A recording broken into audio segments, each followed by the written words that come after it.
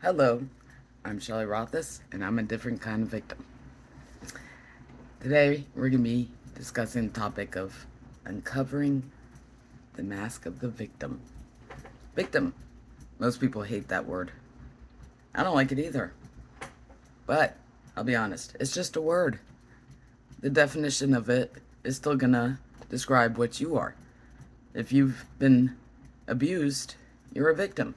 It's just a word. Unless you change that word, it's going to be the same thing. It's just a word. Some people take it as offensive. Well, you know what? It is hard. It's hard to admit that I'm one myself.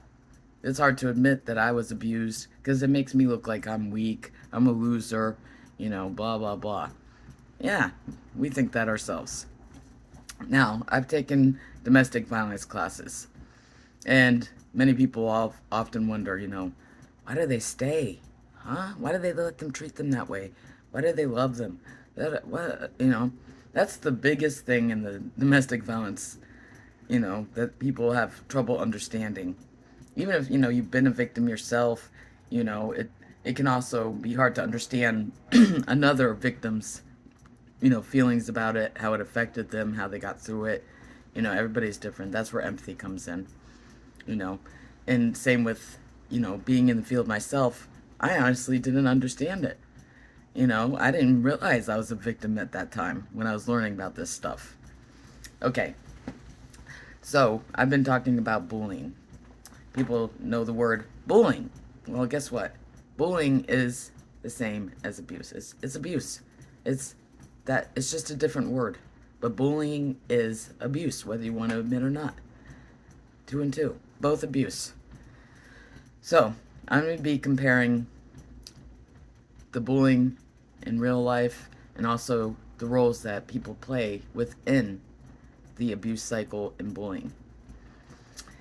Okay, as we know, there's the ringleader, the assistant, the people in the clan, the followers, the onlookers, the bigger person, and the victim. Okay, the last incident before the most recent one was basically the same as what the last one was and how it turned out and what happened.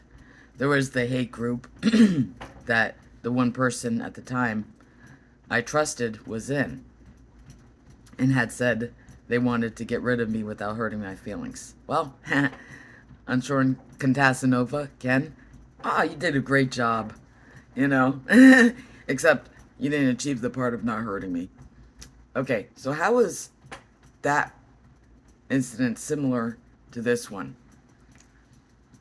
This one, before the most recent one, it had the followers, onlookers, and the people that engaged in it that were a part of the clan and the ringleader. And, well, they all played the roles. And how is it similar? Is because, just like in there, they chose that one person and targeted them to go against their victim. They chose, of course, the one person that I trusted and admired and respected, which happened to be Unshorn Wizard. Now, everybody's saying, because he had mentioned something that it was based on infatuation or something like that, that I guess that means that they were telling him that I thought he would want to be a part of my life more than just friends, or I have no idea. Anyways, that's not the case. I'm a sentimental, crazy nutso. Just like with my father, I'll always remember those special times when I was a young child and those special memories, even though I know he's there. So, now that tactic of them going after Unshorn Wizard, that's exactly what happens in real life with abusers. Now, my abusers in real life, they went after the people that were most special and to me in some sentimental ways, which would have been my godparents, and got them to believe certain lies. That's right, that's how they brought me down. Same would happen with the bullying incidents, both times, actually. They got Unshorn Wizard, go Unshorn Contasanova based on lies, and of course, He chose to go right there. Because you know what? Like I said, it's easier to be that asshole and choose to be that instead of being that bigger person and chancing of going down. So, the last incident that recently just happened. Now, who was in that group and what was that group? It was a PM group. My cousin had told me that I should do it for my safety. Now, the people in the group, we're going to describe the people in that group. Now, first, of course, was Unshorn Wizard. He was the only person I actually trusted at the time. Yeah, I'm some loser. All I had in my life at the time was him. You know, I mean, if that's what they want to see, then fine. But at the time, he was. I mean, I honestly didn't trust anybody as much as I did him in a long time. But he did play sentimental value. And why is that? Again, with, this infatuation, it's because in abuse, with my 3 abusers, nobody defended me. Same with bullying throughout my life, in my childhood, by other people. Nobody ever defended me. He's the first person that did. And actually, even though he only defended me against certain people and not the, ringleader, it still is very sentimental and it means a lot to me. And I always find that really special. And I'm really appreciative of that. So, anyways, the other people in the group, there was Anitha, and believe it or not, I had just met her in a DV group. And she was one of my supporters that actually, was there most of the time. Then there was Mary. She was somebody I knew in college. And went to her because she has experience not only being a victim, but also being educated about domestic violence like I was in the same school. Then there was Lydia. She was somebody I knew from the Facebook groups, and she had a heart like me. So I just had a feeling that she would be a good support in that way. And she was. She was great. And still is. And then there was Two-Faced, Carla, and most likely had a part in this starting up, this last incident. And she was supportive in a way. And she helped me in some ways. But then again, she ended up really in the incident of the last one and being a part of that clan, just like Unshorn and Tassanova.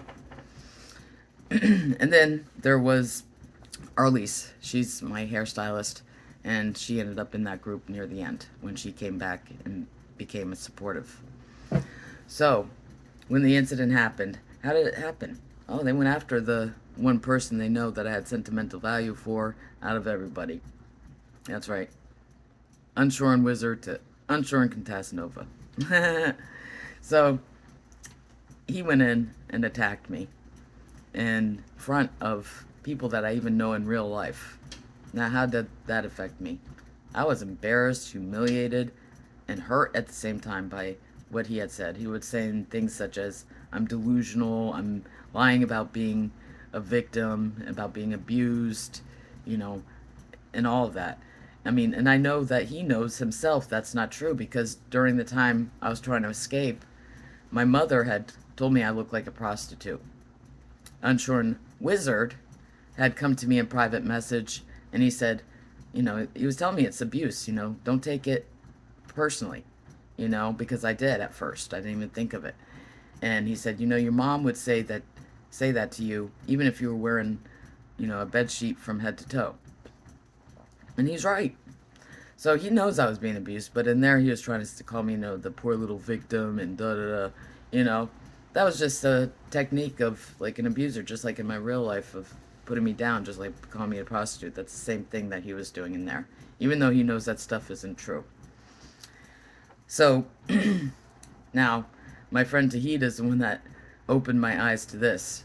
When he was in there, doing all that, everybody jumped right in, almost everybody. Lydia wasn't there, but Anitha, Mary, and Arlise were the onlookers. I'm not including Two-Faced, because she was part of the clan. And they were all just watching. And I know it, because you know what? When you go on Facebook to see a message, you have to press on that messenger, then you have to press on the message box where it came from to see that message. What happens when you do that? you could see everybody who had seen each message following it. Every person that's seen it. So, just like I knew that Unshorn Contatanova was ghosting me, was because I seen that he's seen the message I sent him. So I knew he was ghosting me because he's seen it. So, okay, now that's where T comes in. He's like, what? Your friends were in that group when that happened? And they didn't defend you? Or say anything? I'm like, no. I'm like, oh. I was like, oh, wow. That's right. These are my friends that were in there and watching this. I was already humiliated that they were in there and embarrassed and felt so ashamed, because, like I said, even though he was a friend, it was just like my first boyfriend telling me that he couldn't date me because I have a slow learning disability and epilepsy. That's basically what Unshorn Contatanova said. Even though I never saw him as us ever being more than, friends and whatever, it was still basically the same. He basically was telling me that I'm a loser, I'm annoying, I'm crazy, I'm ugly, and considering how I thought about him as being, in my life and the things he did do for me, that was extremely hurtful. I was very traumatized just by that being said to me. And then it was even so much worse, just all those other people, even though they're my friends, that saw him say that to me. It's almost like a person who was falsely accused of being a sexual offender. You would think that the actual sexual offender would feel the shame, embarrassment, No. That person who's being falsely accused is actually going to feel that. So how does that relate to the abuse in real life? Okay, there was an abuse situation that happened where I was falsely arrested. All three abusers were involved. They were emotionally, verbally, and psychologically abusing me. I said, please, Mom, stop hurting me. She ended up calling the cops, telling them that I had physically hurt her. I ended up in jail. Now, even though my sister and father were there, seen it, and were a part of the abuse, and were saying mean things to me, they ended up going to visit me in jail, being falsely arrested. It was still embarrassing, even though they were part of it. It's embarrassing to me that happened. That's why it was so traumatic. Even though I know it's not true, it's still embarrassing and humiliating and very hurtful, very traumatic, because these are the people that are supposed to care about you that did this to you. Just like in the bullying incident, the most recent one is where it was actually Unshorn Contatanova that had done the abuse, and that was very traumatizing in itself. So the onlookers, how did they play a role? I know they were watching, and that's what they lied about because I seen them see it. If they were too busy, as their excuse, they wouldn't have had time to have their phone in their hand and press on that message and read it. Just by pressing on and reading it and not say anything, you're still an onlooker. So onlookers play the role of enticing and achieving the goal of the abuser by humiliating that victim, which he did very well. And I'm still very embarrassed. I honestly didn't even want to see my friend Mary after that happened, or Anitha. I didn't want to talk to her, or even my friend Arlise. I'm extremely ashamed, humiliated, embarrassed by that happening to me because of that person who did it. And now we're going to talk about the supporters in it. The supporters in my time of trying to escape my abuse. Oddly, people would think that it's the people that you already know that would be supportive of you. But those people, no. They were gone. The two people that actually supported me were people I had just met after I came to my realization and was coming to, trying to escape it. It happened to be Anitha and Angela. They actually helped me the most because they were supportive. They were being a friend. Now, in the mental health field, we know that it's important that you have outsiders. The most important, even over us. We're there just basically like teachers.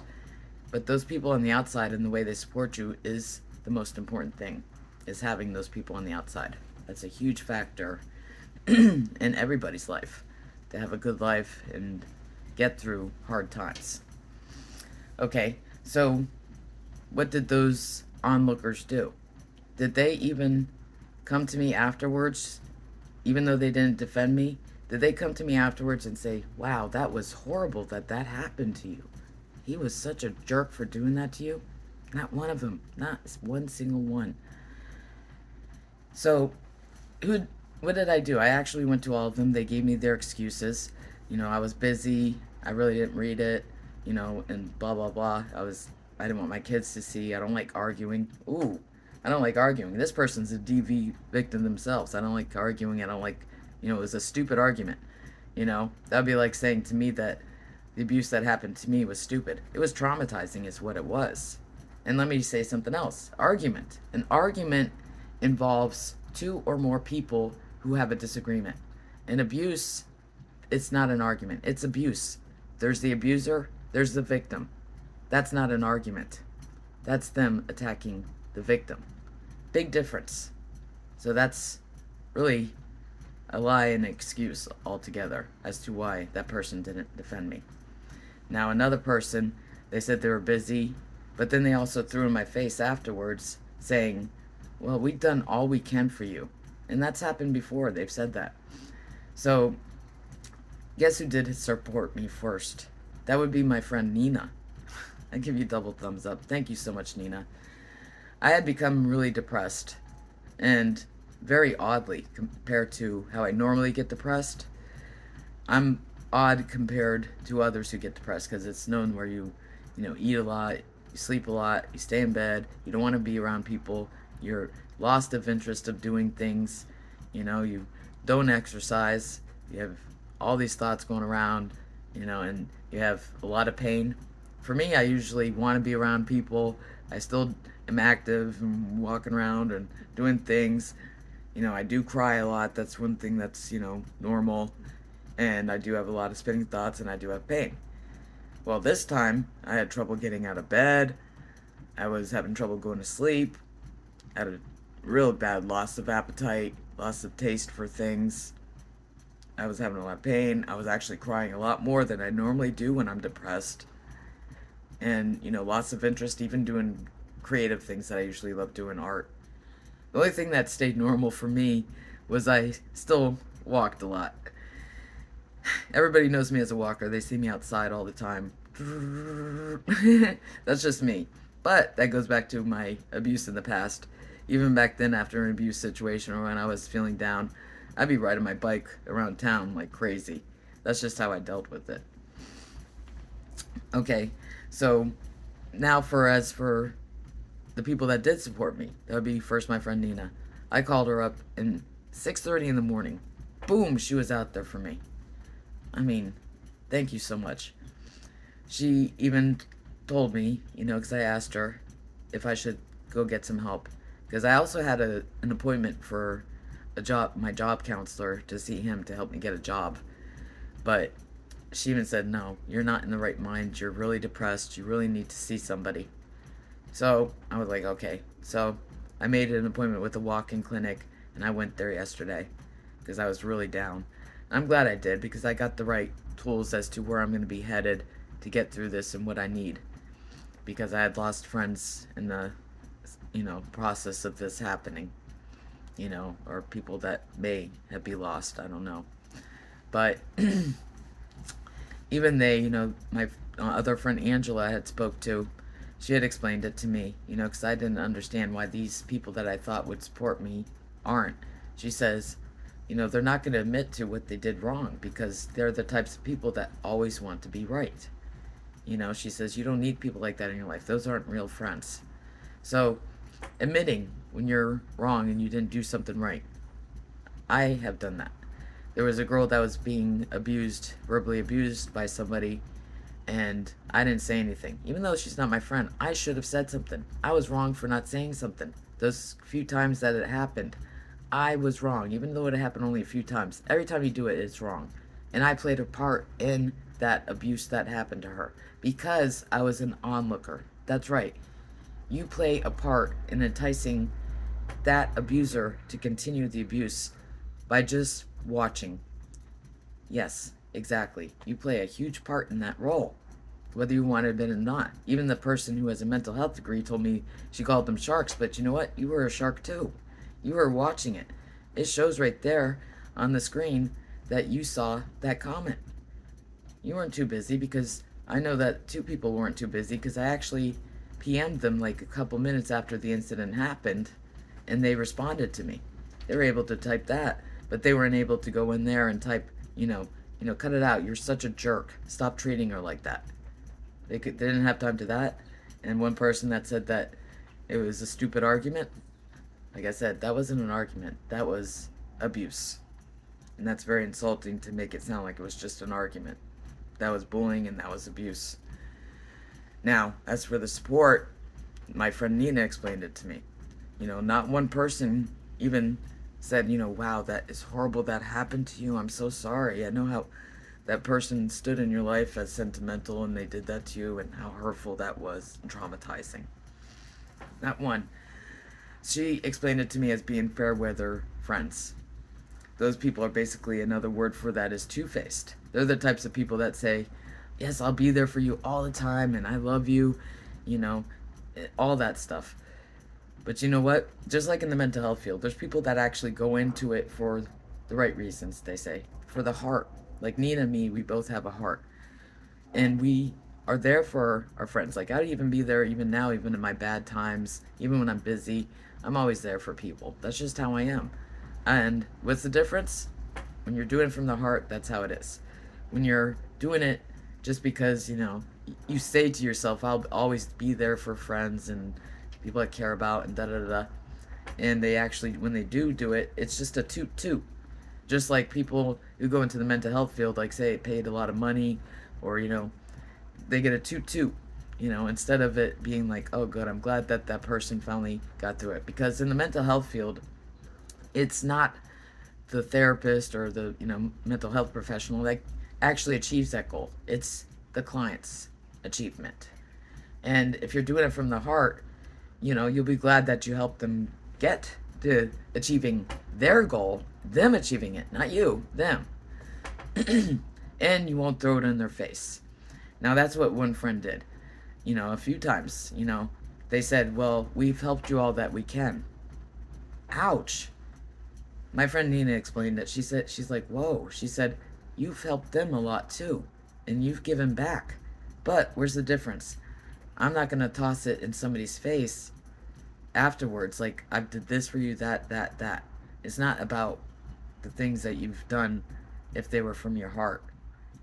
She said that people that brag about doing things for people like that, that's a toot-toot. It goes to their ego. It's an ego trip, thinking that they do it. Toot-toot. You don't toot your own horn when you do things for people, no matter what it is. If you actually care about them and actually do it for the right reasons. Now, a fair-weathered friend, the way my friend Nina explained it, now I understand. Expectations of people.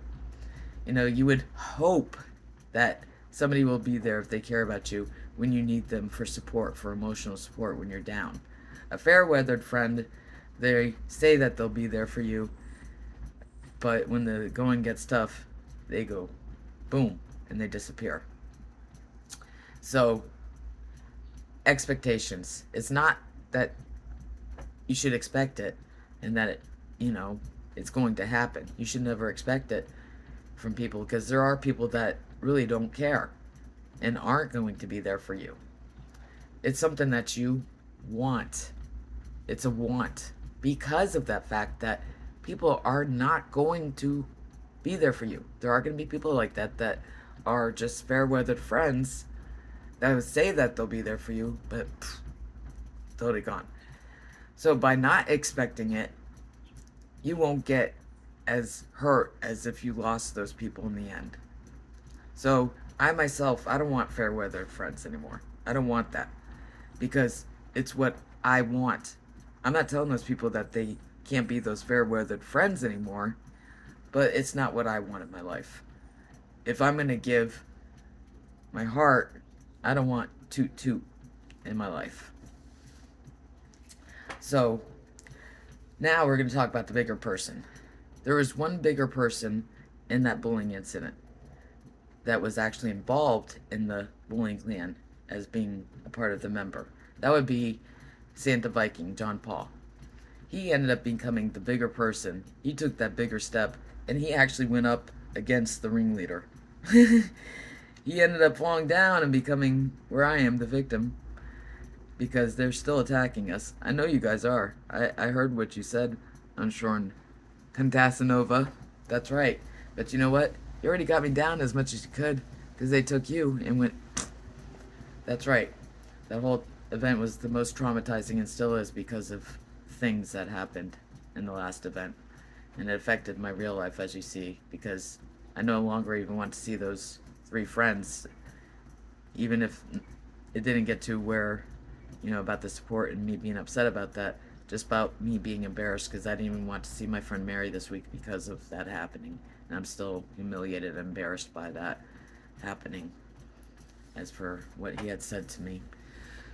But John Paul, he actually told them and defended me and actually realized that he wants out of that too. Even though he knew it was going to drop on him, he realized that it was no good to be in there because, just like me, he wants to see this in the morning, a good person that he's proud of, just like I'm proud. I'm out of that group, and I could see someone that I respect and admire.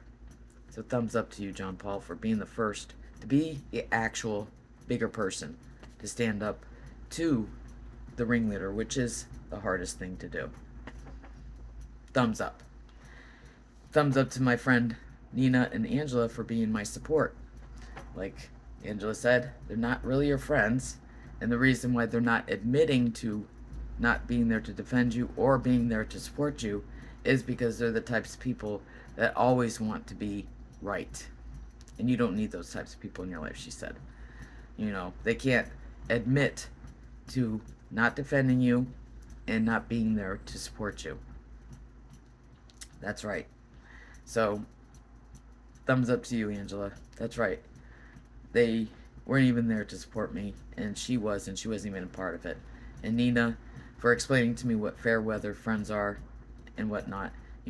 People can be hypocritical too, because there was an incident with me and my friend Nina as to where she didn't say anything, and the same person that didn't say anything this time had considered that person weak. They also called the onlookers sharks, but you know what? That person was a shark too, because they pressed on that message, they seen what was said, but said they were too busy. But then in the end, threw it back on me and said, we've done all we can for you, since they didn't support me as a reason for not supporting me. So, I'm done with fair-weathered friends and people that can't be the bigger person when it really should be. So, my whole situation was very traumatizing to me. As you can see, that bullying is actually abuse. It's just a different word. And it's the same thing. And you can see that how the roles play in it.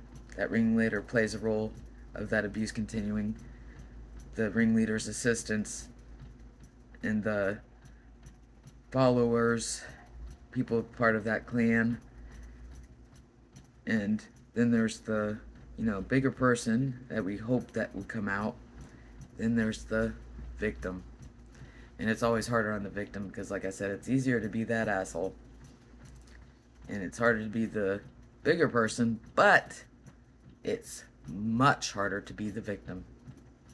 And that's why it's hard to be the bigger person, because many times you'll end up being the victim, just like my friend John Paul is right now, Santa Viking.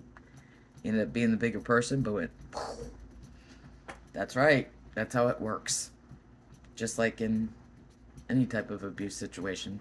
So just remember that those people that are even onlookers, you too are a part of the cycle of abuse and why it continues, because you entice and encourage and enable that abuser to continue by them being there and watching. That's exactly what Unshorn Contasanova wanted, and he got that, even though it was extremely hurtful what he had said. And again, had nothing to do with infatuation or me thinking that, I'm marry him. I have no idea what somebody told him or I don't know, live with it. Who knows what they thought? But again, it had nothing to do with that. It had the fact that he was the only person I had when I was trying to get out. But he invited bullies into that group to humiliate me even more, where they were able to see the things that I had to share, that I pushed myself to share. That was hard to share with that group, but I actually felt safe because he was in it. And he ends up being the one person who broke that one thing I trusted him on, to show people that were bullies of me in my personal group, that showed actual scenes of my abuse and even recordings and all that. And those bullies actually could have seen that, and that's humiliating to me too. And I entrusted everybody in that group, especially him, the most, and he ended up exposing me for that. So I'm extremely hurt by that too. And also, like I said, I'm still humiliated by those certain friends that watched this happen. It would have been hard even if they did come to me for support, and give me support, or even said something in that group and defended me. It would have been harder either way because I'm still embarrassed and humiliated by that happening to me. Basically, that person telling me I'm a nutcase, ugly, somebody who would be the last person on earth that he would ever want to be with. Just saying that, even though you're a friend, is extremely traumatic to me, and I'm extremely hurt by it. And as a victim of it, I am admitting to it. You guys won because you did take that one person and get them to believe your lies, bring me down. But then again, I was hurt because of the onlookers that were involved in it and a part of that bullying abuse that kept the cycle going. That's right. Being the bigger person involves admitting to that, being a part of the cycle and how it works. You're a part of it. I'm Shelley Rothus, and I'm a different kind of victim. See you next time.